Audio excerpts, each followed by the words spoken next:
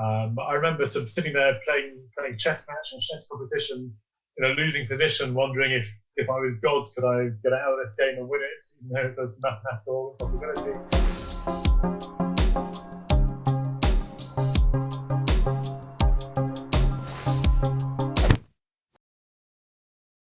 Obviously, I read part of your books, and I've seen you on Facebook. I've seen you obviously fighting an important cause and an important a message that came out from since you've written your book. But I really want to understand more of what made you fight this cause, and what made you, and I say it like that because I think I'm understanding it correctly, and what made you really write this book to start this journey. But there's a journey before the journey. And I really want to understand that. So in what experiences did you have in your life through childhood, through yeshiva days, that helped shape just the way that you see the world, and the importance of this rationalistic approach to Judaism that you think is so important to have written a book on it? Okay, well, just a little bit of background. I live in Yerushalayim. I've been here now 19, 20 years. My first month here was 9/11, seeing all the helicopters swooping in and evacuating the Knesset. Welcome to Israel. So, yeah, looking back, it was quite an unusual upbringing. My parents are from an academic background. They were becoming religious. It's around the time that I was born. And they were on their own journey at the time. I went through a whole range of schools, from a Hasidic elementary school, primary school, all the way through to more modern Orthodox schools. I my behavioural problems at the time, so I was getting kicked out of schools on a regular basis also. And I picked up from my schooling, definitely the Hasidic schools, what I guess you'd call more sort of Haredi attitudes from teachers, certainly from fellow students in the school. And I was left to reconcile this from a very young age with the very different ideas I had from home. Sorry. I had a very anti-religious family who we mixed a lot with. My father was a teacher, professor, lecturer in university, so we had many of his colleagues, many of his students who came around for Shabbos meals. Many of them were not particularly religious themselves. So I really experienced quite a wide range of views and perspectives as a child from a young age. I think that was probably part of the background for the Judaism Reclaimed, because I was always dealing with multiple perspectives and having to play them off against each other. I was always aware of these very different perspectives. I guess not many children get home from their Hasidic day school to be challenged by angry grandparents about the morality of religion, or what are you doing? Your Shabbos is so great, but you don't come around to visit me.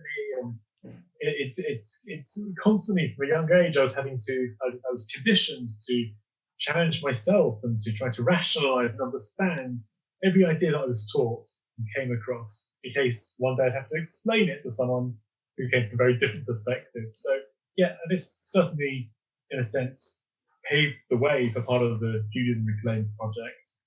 Did you ever have Did you ever have those conversations, like post book?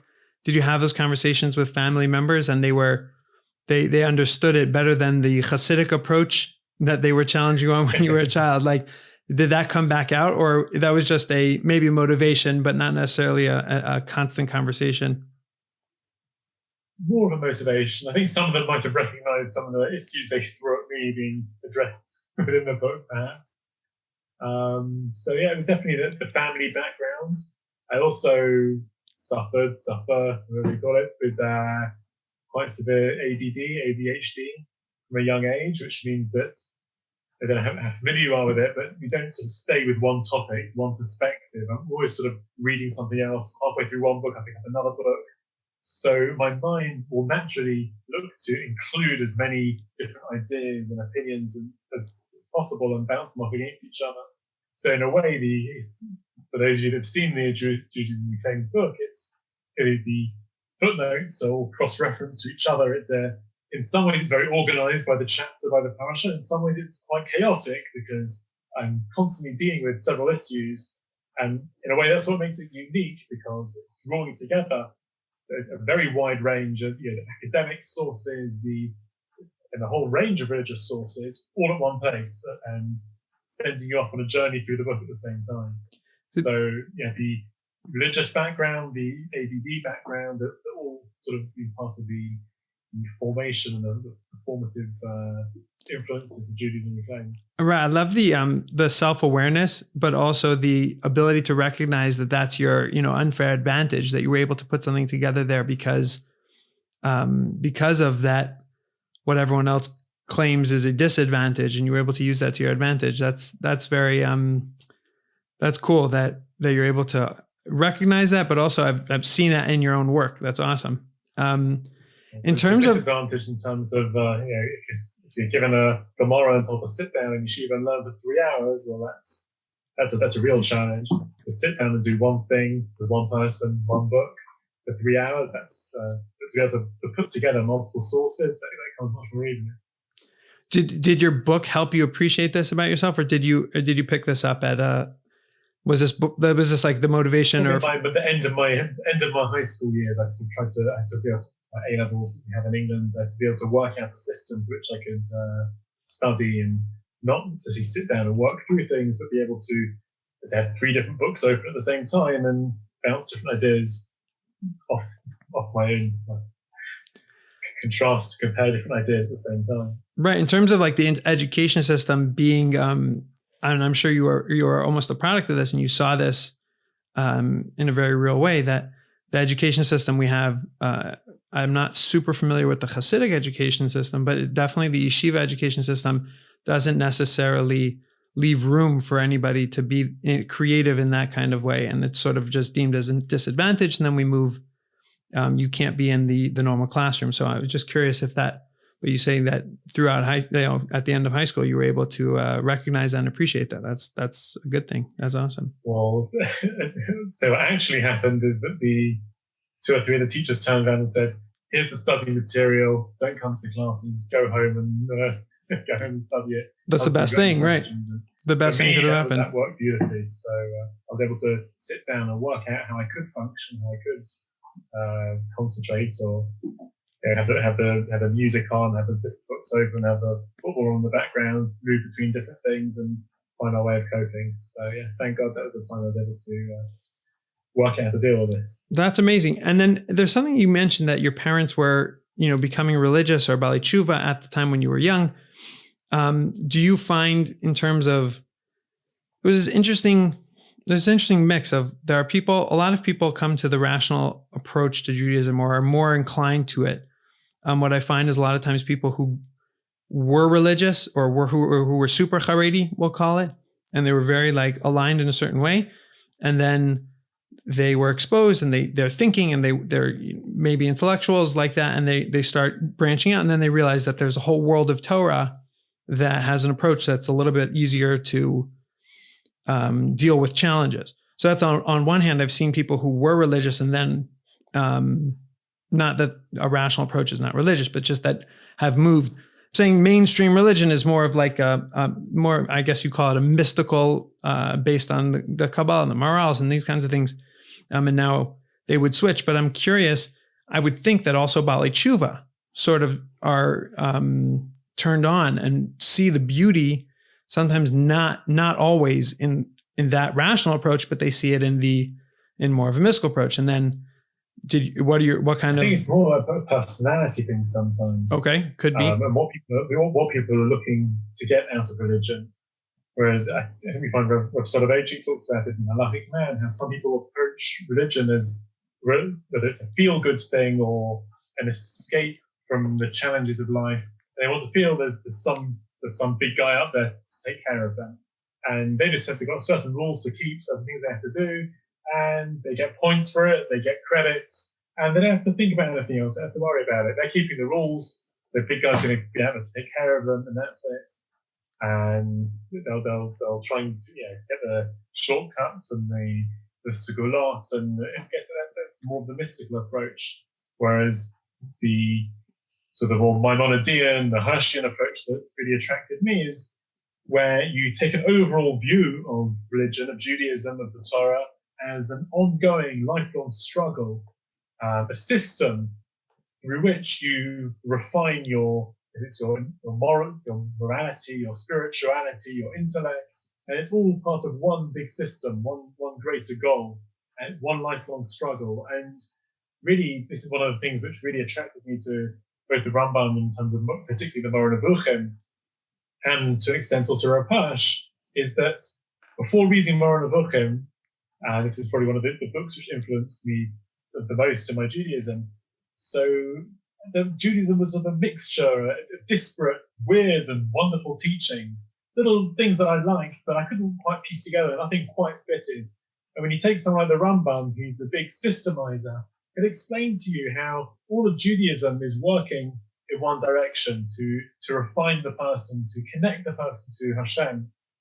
And it's very different to what I think of as the Sonic the Hedgehog routes to religion, where you're sort of running head fast, head strong, top breakneck speed, trying to jump up and grab as many segulat and as many golden coins as you can, trying not to fall into the pit. You never really have you never always have an idea of what you're aiming for. What's your ultimate goal? And what the different coins and credits have been connected? I don't know. I'm just running through and trying to grab as much as I can, and the big guy out there's going to look out for me. The Rambam, it's not. It's Rapash also. It's a system, and it's a lifelong struggle of understanding and self-development and self-training, and that's really part of what really attracted me to the more, I guess, call it the rationalistic school as it's known. And why did you feel that you had to put this in a book? Meaning, writing a book is obviously an arduous job and a journey, but why did you feel that we needed this kind of book? And it's split up, very interesting. It's split up on every parsha, so it is a specific type of book. But what did you think was like almost missing today that you had to write this book? Well, it's really two separate points, two separate needs. I feel that really came together. One is that is gradually, since the era of the Rambam, the more rationalistic path has really suffered. Kabbalah has done a great job. It's become seen. The mystical path has really been seen as it's gradually taken over, so to speak. And people who find it doesn't really talk to them, it's not really what they're looking for. They're looking for a bigger system, like I was for many years. They're not always even aware. I think you mentioned a bit earlier. They're not even aware that the Rambam's approach really exists. If they do, they're told that Rambam only wrote for people who are confused by Aristotle. Rambam was only writing a efVZPbIGISqjVKwbKCGI book. It's not real. That's not real Judaism. So a lot of people who are struggling with their religion, they don't really feel. They're going to shul 3 times a day, even they're learning a bit. They're doing the right things, but it doesn't really talk to them. They feel they're just going through the motions. They don't really understand the bigger picture they're looking for. And for many of these people, the books just aren't out there. The Rambam has been written mostly by the more academic types, doesn't really speak to the religious community so much. So I felt that it could be a real service to the Frum community, to the Orthodox community, to just have a book out there which really sheds light on the Torah, the mitzvahs, and perspectives and modern problems that people are faced with from this more rationalist perspective. So that's one dimension. The other is, I've been here in Yerushalayim. I've been connected to Medrash Shmuel to a greater, lesser extent now for quite a long time, and I've stayed in touch with many of the Bacharim, the Avrechim, the people that have come through the system, and many of them they leave the yeshiva world after a few years, and they're entering the workplace, entering college, and they're good from guys, and they're suddenly confronted by a whole new world, a whole new perspective, whether it's the academic critics of the Torah or Torah morality or various other modern challenges, and they feel completely unable to deal with it. They've been learning Baba Kama, Bar Mitzvah, Makkos, whatever it is, for a few years, and suddenly they're thrown in a deep end, and there aren't really so many rigorous from books to just to show tenable responses from within the Jewish tradition, showing how let's say Rambam dealt with, so to speak, what we call academic criticism of the Torah in his generation, and how that can be adapted to our generation, or how Rav Hirsch responded to the challenges thrown down by Reform Judaism in his era in 19th century Germany, and how that can be, again, some of these challenges are essentially the same challenges, it's repackaged in 21st century. And for many people, this was very helpful. I started writing this weekly email, WhatsApp Devar Torah that was going around. This is why the Judaism became started, as you mentioned, as a parasha. It's organized for the parasha. Oh, cool. But after a year of that, people turned around and said, this is great, this is so helpful, why don't you put it into a book? So 3 years after that, of editing and adding twice as many chapters, you see many of the parashas have more than one chapter. So adding many more sources, and that gradually evolved into a parasha book, also into the Judaism the same book that we have now. Cool. And you felt that you hit the nail. I mean, you found the right audience. It was mostly accepted, you feel, by like a yeshiva educated audience, because just in my like research of what you've been doing, I see that you have a wide audience, both the pre-rational Judaism audience and Orthodox, and I assume that it goes beyond that as well. I was very surprised. I braced myself for some kind of negative response from the yeshiva world. I mean, we're both aware of books that have come out dealing with a more rational side of Judaism in the past that have not been so well received. So it was part of my concern while I was writing the book. I did take very great care to phrase things in a non-confrontational way, which is not always the way these books work. So, for example, instead of talking about occasions in which the Torah is contradicted or challenged by science, you talk about explanations of the mitzvahs or mitzvahs whose pirush, whose explanation of the Gemara, it's not easily reconciled with our everyday experience or something like that. Sometimes if things are phrased in a non-confrontational way, that's already half the job done. But I have been very surprised that the many chapters, the chapter on Torah and science, for example. So I don't come to any firm conclusion. My agenda is not to push, to push an answer down people's throat. This is the Torah is right, or science is right, or this is what you have to believe. Because I mean, really, most people reading the book have already got a pretty firm idea of what they do or don't believe on the matter. And I'm not a scientific expert, so what I was really doing was trying to analyze the scientific problems which Rambam faced in his era, the challenges that Aristotle threw at him, and how Rambam approached it, his technique, what sort of questions he asked, and what sort of proof and how certain he had to be in order to start reinterpreting or suggesting different ways of reading the Torah. And then I said, well, these are the questions today, and if Rambam was living today, then these are the questions he would ask. And I don't give a conclusion. And it's actually very interesting because I know that that chapter was appreciated and recommended both by people who I thought of as pretty firebrand Haredi Kollel people.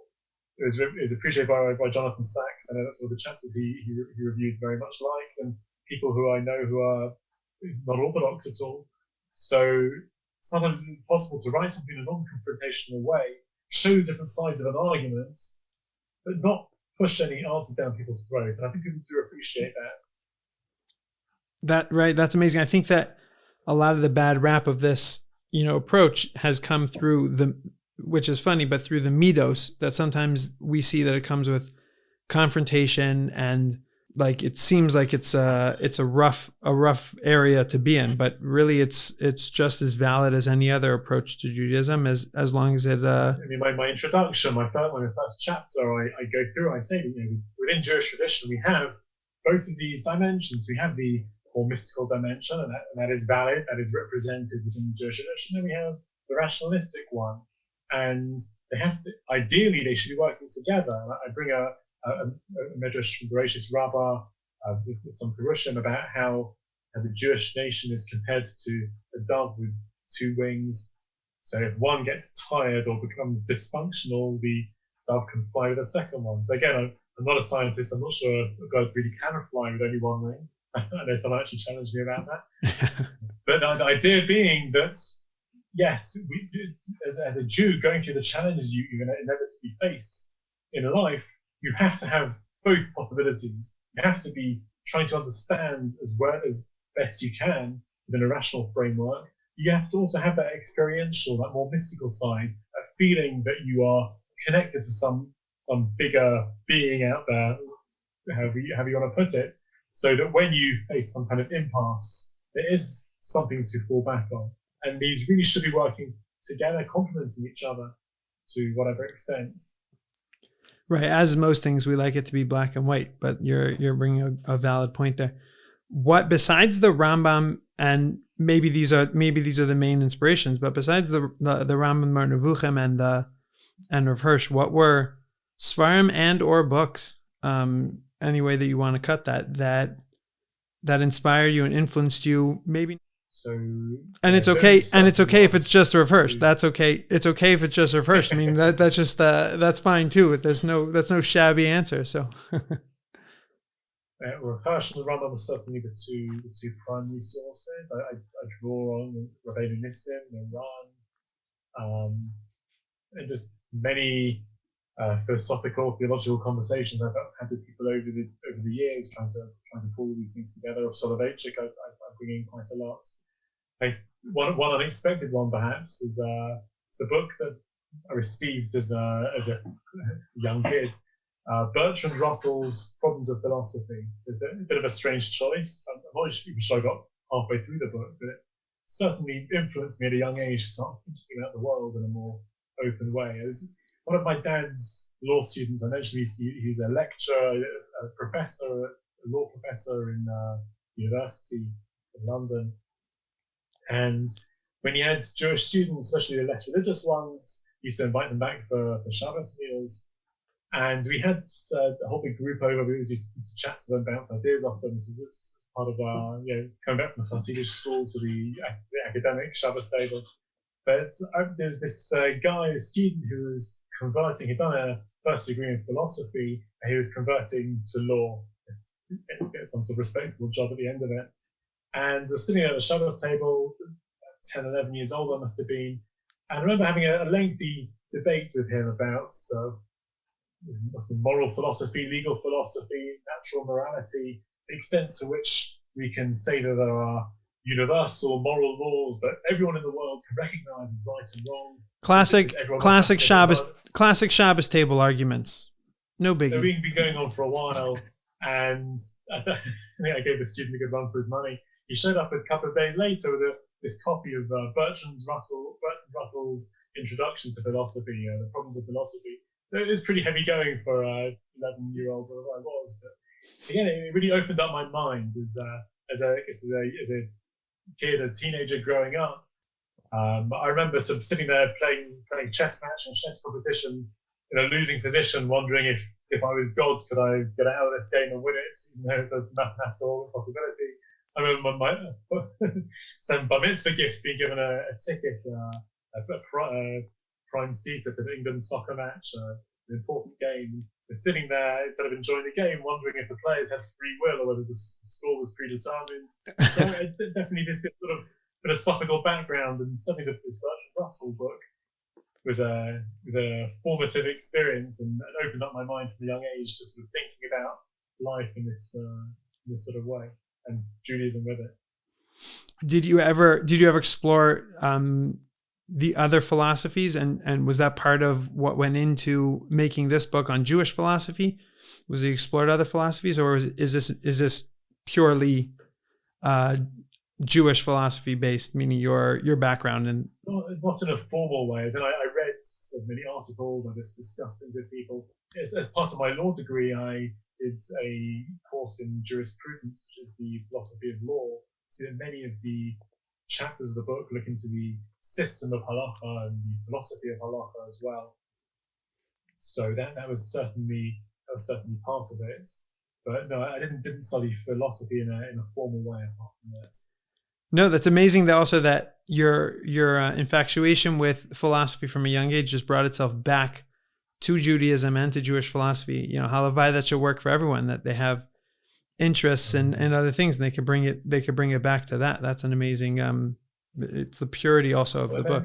I was sitting there in the yeshiva, which is really, the typical yeshiva world isn't so philosophy based. It's based around learning the Gemara, but most of the hours, a bit of halacha, a bit of a few other things, but it's primarily Gemara related. I remember sitting there and just looking for the system, both for the system of Gemara, how to understand the nature of Jewish law, and I guess that's maybe a subject more for my next book, so the philosophy of halacha and how to understand the system in that sense, but also in terms of just generally the philosophy and theology of Judaism, and that's why my exploring led me to the Rapash and the Rambam, the Moreh Nevuchim, as such for a system which I felt they provided. Cool. Is that your next? That's your next project? Is working on the system of halacha? Well, it's with me with my ADHD background, it's going to be more than one thing I'm working on. So there are a couple of things. One is with a colleague. We're working on a critique of some of the more speculative and poorly formulated challenges to the Torah from the world of academia.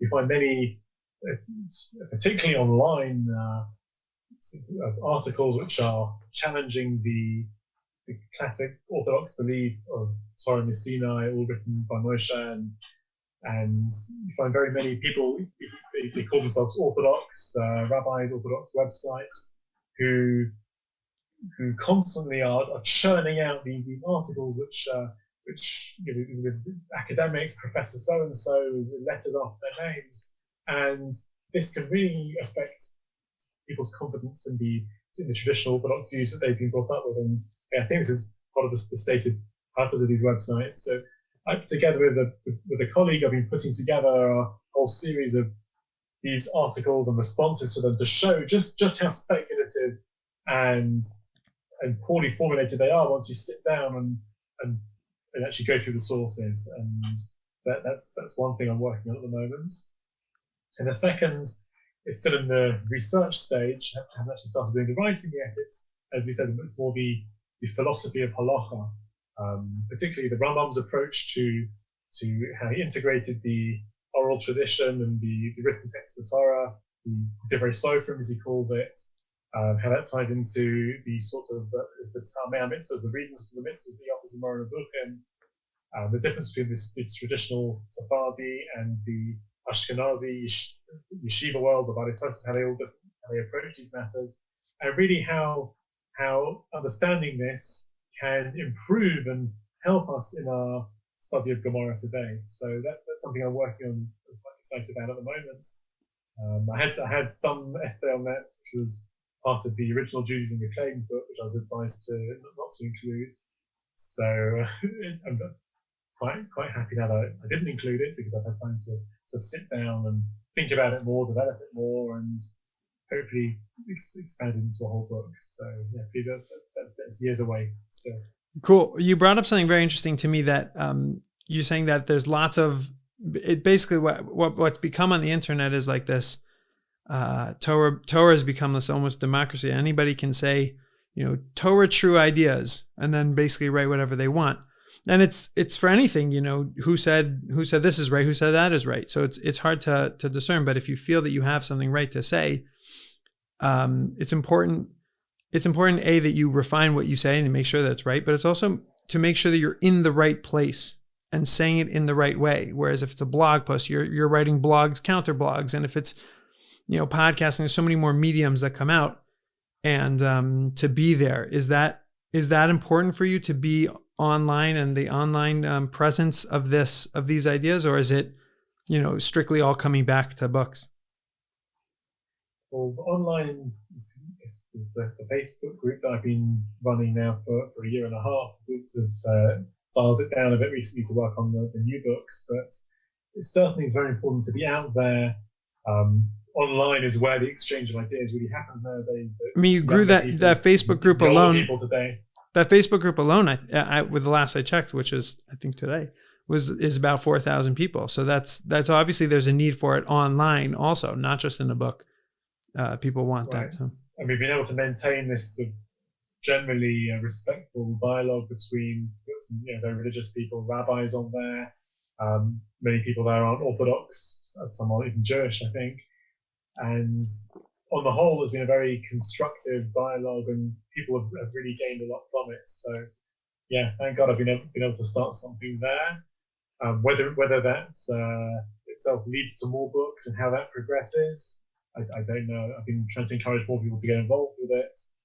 But it's been a very enjoyable, particularly the last year of Corona. People have been at home much more. People have been looking for online learning, reading material, exchange of ideas, some sort of online community, rather than their usual bet midrash, whatever they're doing. So thank God it's been able to enrich a lot of people's Judaism over the last year or so. So the book was the diving board, the launching pad for you, because that really brought about all these other things, all these other opportunities to spread. Absolutely. The book came out. The fact that it was parasha format really helped it to go online. I could have a weekly post which connected something in the parasha, which people are always looking for something relevant or seasonal or weekly to tie into. The fact that there was an early challenge online from Rabbi Phillips' blog, so that created, people always love a little bit of controversy and argument. Right, so work to your advantage as well. Interested. Yeah, as they say, there's no such thing as bad publicity. So but you did it beautifully. I also you did that beautifully, and you said, please and thank you. And I really thought that was a menschlich of you, the way you dealt with that controversy as well. Right. I do think that in many aspects, our positions aren't so far away from each other, but my project is more to reconcile and bring people together and to try and show how different systems and perspectives can work together, whereas that's not everyone's approach. Some people try to show how different systems are opposite to each other, and that led to a very interesting conversation and the debates. Jews love a little bit of argument and how could they call it? So the debate and the intrigue. So that definitely gave the forum a kickstart, and really it's grown from there. Amazing. Okay, this is really nice, and thank you for coming on. I decide that the success of each podcast will be if I want to go out and read that week's parsha or read that book. Then it means I was successful, because I think just seeing beyond the pages, sort of where it came from and where it goes, is super helpful. Thank you very much, and thank you for hosting me on the podcast. It's been a real pleasure, a privilege. Thank you so much.